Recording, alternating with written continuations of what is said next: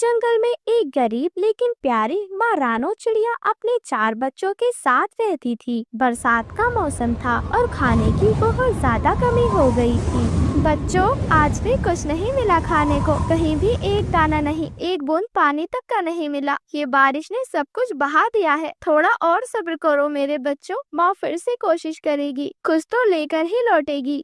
मम्मा, पेट में बहुत दर्द हो रहा है, कल से कुछ भी नहीं खाया। वही कुक्कू भी रो रहा था और छोटा मुन्ना तो सोते सोते ही रो रहा था। मम्मा, हमें कुछ दूध दे दो ना, थोड़ा सा भी चलेगा, पत्ते में ही दे दो, भूख लगी है माँ, बहुत ज्यादा भूख। ऐसे ही रानो चिड़िया के सभी बच्चे रोने लग जाते हैं। वही रानो चिड़िया अपने बच्चों के लिए खाना खोजते हुए एक जंगल के कोने में पहुंच जाती है, जहां उसे एक अजीब सा पेड़ दिखाई देता है। अरे ये क्या है, पेड़ से दूध टपक रहा है। और फिर रानो चिड़िया उस पेड़ के पास जाती है और एक पत्ते में दूध लेती है। हे भगवान, ये क्या देख रही हूँ मैं, ये तो सचमुच दूध है और कितना मीठा। हे पेड़, तू कौन है, क्या तो कोई चमत्कार है? मैं वही हूँ जिसकी जरूरत माँ को तब होती है जब दुनिया से उन्हें कुछ नहीं मिलता। मैं हर उस माँ की पुकार सुनता हूँ जो बच्चों को भूखा सोते नहीं देख सकती। इतना सुनकर रानो चिड़िया की आंखों में आंसू आ जाते हैं। मैं बहुत गरीब हूँ, मेरे 4 छोटे बच्चे हैं, कई दिनों से उनका पेट तक नहीं भरा है। आज भी मैं खाली ही लौटी थी, मगर तू मिल गया। क्या मैं रोज आ सकती हूँ? क्या तू मुझे रोज थोड़ा दूध दे देगा? रानो, जब तक तेरा मन साफ रहेगा और तेरे दिल तेरे बच्चों के लिए धड़कता रहेगा, तू आ सकती है रानो। लेकिन याद रखना, इस दूध को बांटना, इसे छुपाना या लालच नहीं करना। अगर ऐसा किया तो ये वरदान श्राप में बदल देगा। पेड़, मैं वादा करती हूँ, मैं कभी भी स्वार्थ नहीं करूँगी। और फिर रानो चिड़िया अपने बच्चों के लिए दूध ले आती है। सभी बच्चे खुशी खुशी दूध पीते हैं और मुस्कुराने लगते हैं। मम्मा मम्मा, ये दूध तो एकदम जादू के जैसा है, मीठा मीठा।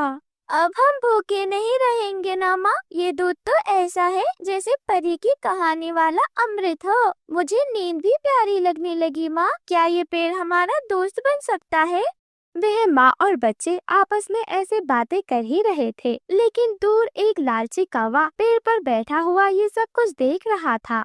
तो ये रानो चिड़िया छुप छुप कर जादू का दूध पी रही है। अब ये पेड़ मेरा होगा, मैं इस पर कब्जा करूंगा और फिर बेचूंगा इसका दूध पूरे जंगल में। सोने के दाने लूंगा, हीरे के अंडे उगाऊंगा, मैं सबसे अमीर बन जाऊंगा, राजा कालू कौवा। और फिर कालू कौवा जादुई पेड़ की तलाश में निकल जाता है और उसे आखिर वह पेड़ मिल ही जाता है। ओ पेड़ महाराज, अरे बड़ा नाम सुना है आपका, आप तो बड़े रहमदिल हैं, भूखों को भी दूध पिलाते हैं। क्या मुझे भी थोड़ा स्वाद चखने देंगे? मैं भी तो एक बेचारा भूखा कौवा हूँ। तू भूखा नहीं, लालची है कालू कौवे। तेरी नजर दया पर नहीं, धन पर है। चला जा, वरना इस जंगल की हवा भी तुझे स्वीकार नहीं करेगी। क्या तू मुझे मना करेगा? मैं कालू कौवा हूँ, जो चाहता हूँ वो लेकर ही रहता हूँ। अब मैं तुझसे विनती नहीं करूँगा, जबरदस्ती लूंगा।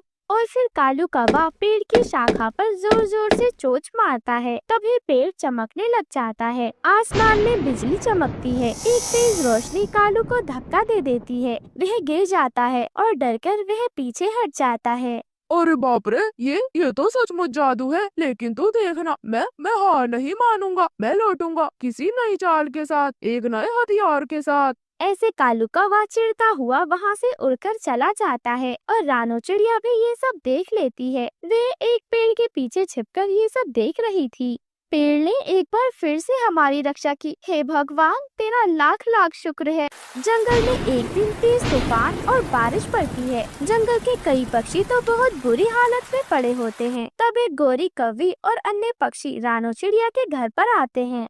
रानो बहन, हम सब पूरे फंस गए हैं, हमारे घर उड़ गए और हम सब ठंड में ठिठुर रहे हैं। हम कहाँ जाएं रानो बहन, कहाँ छुपे?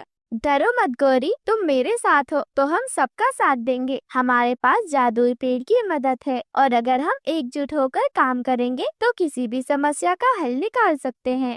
तभी मिठू तोता रानो चिड़िया से सवाल करता है, रानो, क्या हम भी इसमें मदद पा सकते हैं? हमारे घर तो बिल्कुल उजड़ गए हैं, हम कुछ भी नहीं कर पा रहे। क्या हम भी इस पेड़ के नीचे आश्रय ले सकते हैं?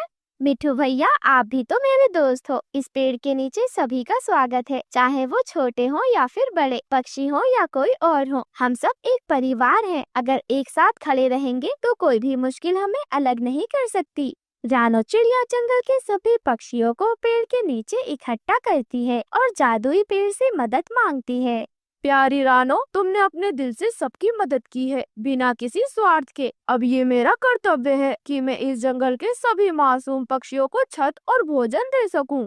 और फिर अचानक पेड़ से एक जादुई रोशनी निकलती है। उसकी शाखाएं चारों तरफ फैलती हैं और हर शाखा पर छोटे छोटे घर उगने लग जाते हैं। किसी के लिए पत्तों से बना घोंसला, किसी के लिए फूलों से सजे कमरे, किसी के लिए छाल की दीवारों वाला सुंदर आशियाना। गौरी कभी हैरान हो जाती है।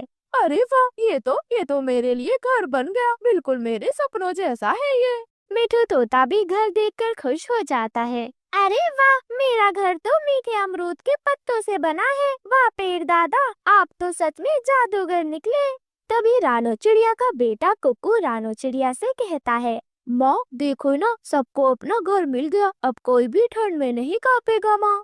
जादुई पेड़, आपने हम सबको जीवन दिया है। अब ये जंगल सिर्फ मेरा नहीं, हम सबका है। हम मिलकर इसे प्यार और मदद से भर देंगे। याद रखना रानो, ये जादू तभी काम करेगा जब दिलों में प्यार होगा और हर प्राणी एक दूसरे की मदद करेगा। ये